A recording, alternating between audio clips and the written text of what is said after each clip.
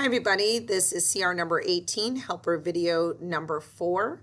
It says, which of the following relations is not a function? Okay, so when we're looking at whether a table is a function or not, we have to remember that our x values are our inputs and our y values are our outputs.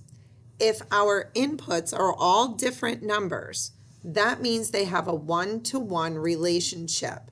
And what that means is that it is a function because it's a one-to-one correspondence.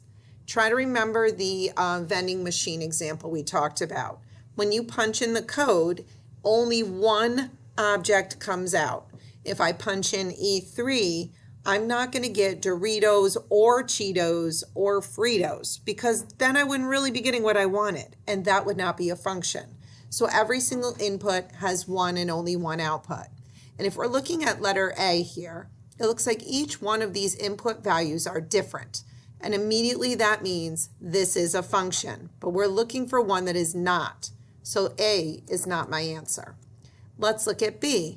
I have 2, 4, 6, and 8.